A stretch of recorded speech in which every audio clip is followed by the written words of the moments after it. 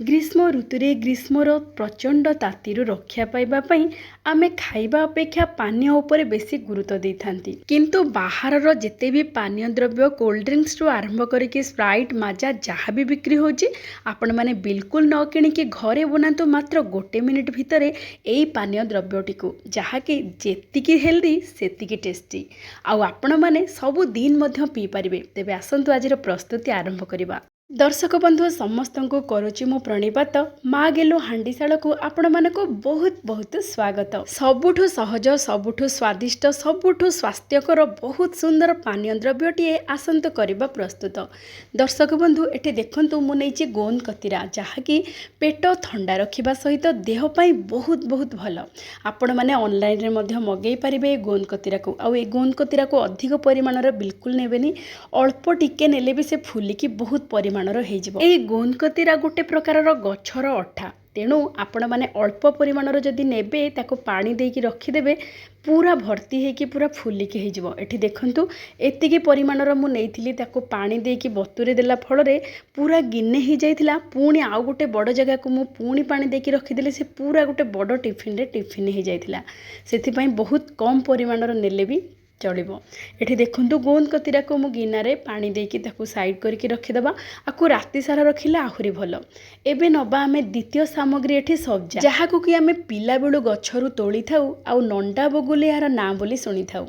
ଏଇ ନଣ୍ଡା ବଗୁଲି ବା ସବ୍ଜାକୁ ଆମେ ନେବା 10ରୁ 15 ମିନିଟ୍ ପାଇଁ ବତୁରେଇ ଦେଲେ ଏ ବଢ଼ିଆ ଭାବରେ ଫୁଲିଯିବ। ଆଉ ଏଇ ସବ୍ଜା ଖରାଦିନେ ବହୁତ ବଢ଼ିଆ କାମ କରେ, ପେଟ ଥଣ୍ଡା ରଖେ। ଏବେ ଦେଖନ୍ତୁ ରାତି ସାରା ବତୁରା ହେଇଥିବା ଆମର ଗୋନ୍ଦ କତିରା ଆଉ ଏଠି 10-15 ମିନିଟ୍ ବତୁରା ହେଇଥିବା ସବ୍ଜା ବଢ଼ିଆ ଭାବରେ ବତୁରି ଯାଇଛି। ଏଠି ଦେଖନ୍ତୁ ସବ୍ଜାକୁ ମୁଁ 10-15 ମିନିଟ୍ ବତୁରି ଦେଇଥିଲି, ବଢ଼ିଆ ଭାବରେ ବତୁରି ଯାଇଛି। ଆଉ ଦେଖନ୍ତୁ ଏଇ ଯେଉଁ ଗୋନ୍ଦ କତିରା ମୁଁ ନେଇଥିଲି, ଗୋଟେ ଗିନାରେ ମୁଁ କହୁଥିଲି ଜାଗା ହେଲାନି, ଏତେ ବଡ଼ ଟିଫିନ୍ରେ ମୁଁ ପୁଣି ପାଣି ଭର୍ତ୍ତି କରିକି ରଖିଦେଇଥିଲି, ସେ ପୁରା ବଡ଼ ଟିଫିନ୍ରେ ଭର୍ତ୍ତି ହେଇକି ପ୍ରସ୍ତୁତ ହେଇଯାଇଛି। ଆଉ ଦେଖନ୍ତୁ ଦେଖିବାକୁ ପୁରା ଜେଲି ଟାଇପ୍ର, ଆଉ ଦେଖିବାକୁ ଗଲେ ବିଶେଷ କରି ଏଇ ଗୋନ୍ଦ କତିରାର କିଛି ସ୍ୱାଦ କିମ୍ବା ବାସ୍ନା ନଥାଏ, କିନ୍ତୁ ଦେହ ପାଇଁ ବହୁତ ବହୁତ ଭଲ। ଆପଣମାନେ ଯେକୌଣସି ପାନୀୟ ଦ୍ରବ୍ୟ ନିଅନ୍ତୁ, ଏଇ ଗୋନ୍ଦ କତିରାରୁ 2 ବଡ଼ ଚାମଚ ନେଇକି ଭଲ ଭାବରେ ଗୋଳେଇକି ପିଇବେ।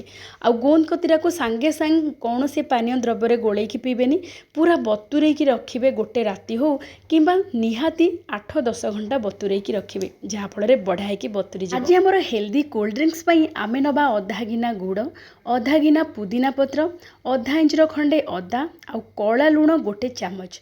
ଏଇସବୁକୁ ନେଇ ସାରିବା ପରେ ଲେମ୍ବୁ ଆମେ ନେବା ଗୋଟେ, ଲେମ୍ବୁର ରସ ଏଠି ଦେବା। ଗୋଟେ ଲେମ୍ବୁ ନେବେ, ବହୁତ ବଢ଼ିଆ ଟିକେ ଖଟା ହେଇକି ଲାଗିବ। ଗୁଡ଼ ଦେଇଛେ ଟିକେ ମିଠା ଲାଗିବ ଆଉ ଚଟପଟା ହେଇକି ଲାଗିବ, ଯେହେତୁ କଳା ଲୁଣ ଦେଇଛେ।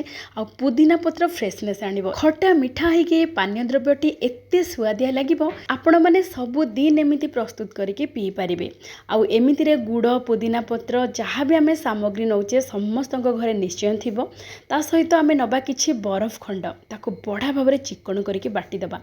ଏଇ ରସଟି ପୁରା ଆଖୁ ରସ ପରି ସ୍ୱାଦିଷ୍ଟ ଲାଗିବ। ଥରେ ବନାନ୍ତୁ ଦେଖିବେ, ପୁରାପୁରି ଆଖୁ ରସ ଯେମିତି ଲାଗେ ସେମିତି ଆଖୁ ରସରେ ଆମେ ଯେମିତି ସବୁ ମସଲା ପକାଇକି ପିଇଥାଉ, ବଜାରରେ ମିଳିଥାଏ, ପୁରା ସେମିତି ସୁଆଦିଆ ଲାଗିବ। ଏଠି ଦେଖନ୍ତୁ ଭଲ ଭାବରେ ଚିକଣ କରିକି ବାଟି ସାରିବା ପରେ ଆମେ ପାଣି ଦେଇଦେବା। ଯେହେତୁ ଆମେ ବରଫ ପକାଇଛେ, ପୁରା ଥଣ୍ଡା ଥଣ୍ଡା ହେଇକି ରହିବ। ଆଉ ରଙ୍ଗଟା ଦେଖନ୍ତୁ, ବଜାରରେ ମିଳୁଥିବା ଆଖୁ ରସ ପରି ପୁରାପୁରି ରଙ୍ଗ, ଆଉ ସ୍ୱାଦ ବି ବହୁତ ବଢ଼ିଆ ରହିବ। ଆଉ ଆକୁ ଟିକେ ବେଶୀ ହେଲ୍ଦି କରିବା ପାଇଁ ଆଉ ବେଶୀ ପେଟ ଥଣ୍ଡା ରଖିବା ପାଇଁ ଆମେ ଦେଇଦେବା ଯେଉଁ ସବ୍ଜାକୁ ବତୁରେଇକି ରଖିଥିଲେ, ସେଇ ସବ୍ଜାରୁ 2 ବଡ଼ ଚାମଚ ଦେଇଦେବା। ଆପଣମାନେ ଯେତେବେଳେ ପିଇବେ ପାଟିକୁ ଟିକେ ଟିକେ ଲାଗୁଥିବ ସବ୍ଜା, ବହୁତ ବଢ଼ିଆ ଲାଗିବ। ଏଠି ଆମେ ଦେଇଦେବା ଯେଉଁ ପ୍ରସ୍ତୁତ ମୁଁ କରିଥିଲି, ଗୋଟେ ବଡ଼ ଟିଫିନ୍ ହେଇଯାଇଥିଲା, ସେଥିରେ ମୁଁ ଅଳ୍ପ କାଢ଼ିଛି। ଦେଖନ୍ତୁ କେତେ ସୁନ୍ଦର ଦେଖାଯାଉଛି।